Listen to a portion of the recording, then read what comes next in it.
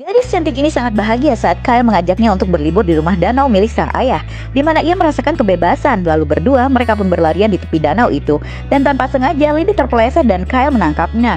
Mereka pun terjatuh. Tiba-tiba ponsel Lindy berbunyi. Menjawabnya, gadis itu pun berkata dengan cemas jika ayahnya berada di rumah sakit karena overdose. Kau harus temui dia, ujar Kyle. Yang akhirnya mereka pun bergegas pergi ke stasiun bis, di mana Lindy berkata jika dia akan segera kembali pada Kyle, membuat Kyle merasa ada harapan untuknya. Namun tiba-tiba dia terpaku saat mendengar Lindy berkata, "Kau itu teman yang baik," ucap gadis itu. Kyle pun hanya tertunduk lesu saat Lindy menutup pintu itu. Tiba-tiba Lindy mengetuk kaca jendela itu seraya melambaikan tangannya menunjukkan surat yang diberikan oleh Kyle, di mana tiba-tiba Kyle teringat jika dia telah mengungkapkan isi hatinya di dalam surat itu. Namun dia baru menyadari jika Lindy menganggapnya hanya sebagai seorang teman. Kyle pun berlari memanggil Lindy dan berkata agar ia jangan membaca surat itu. Namun terlambat, bis tersebut telah pergi menjauh. Saat di rumah, Lindy menghubunginya, namun Kyle tak ingin menjawabnya, di mana Lindy berkata jika dia ingin bicara tentang isi surat yang ditulis olehnya. Melihat ke gambar yang semakin hidup di tangannya, Kyle pun berkata jika dia kehabisan waktu. Zola dan Will mengatakan agar dia menelpon balik gadis itu. Namun Kyle berkata terakhir kali dia menelpon gadis itu, Lindy bilang ia terluka. Di mana Will berkata jika gadis itu berkata seperti itu, artinya telepon aku sekarang bodoh, ucap Will. Namun Kyle hanya terdiam. Dan hari itu tiba-tiba pemuda itu sudah berada di kampusnya, di mana pemuda itu memberanikan dirinya melangkahkan kakinya masuk ke gedung kampus yang telah lama ia tinggalkan.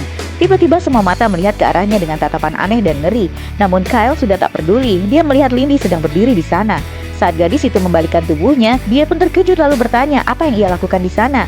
Kyle pun menjawab, "Aku harus menemuimu sebelum kau pergi," ucapnya. "Kau menulis surat untukku dan kau tidak menelpon balik padaku," ujar Lindy. "Maafkan aku," ujar Kyle. "Kau tahu apa yang terjadi padaku?" tanya gadis itu mulai marah. "Aku takut kau tidak mau." "Tidak mau apa?" balas Lindy.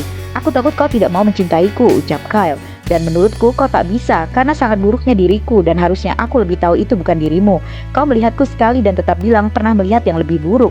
Terkadang saat bersamamu, aku merasa tidak begitu buruk rupa," ucap Kyle lirih. "Itu karena memang tidak," jawab Lindy, membuat Kyle tertegun. Lalu gadis itu pun mendekatinya, membuka penutup kepalanya, mengusap wajahnya, dan dia menciumnya. Disaksikan orang-orang di sana, namun dia tak peduli. "Pergilah, kau pantas mendapatkannya," ucap Kyle merasa lebih tenang.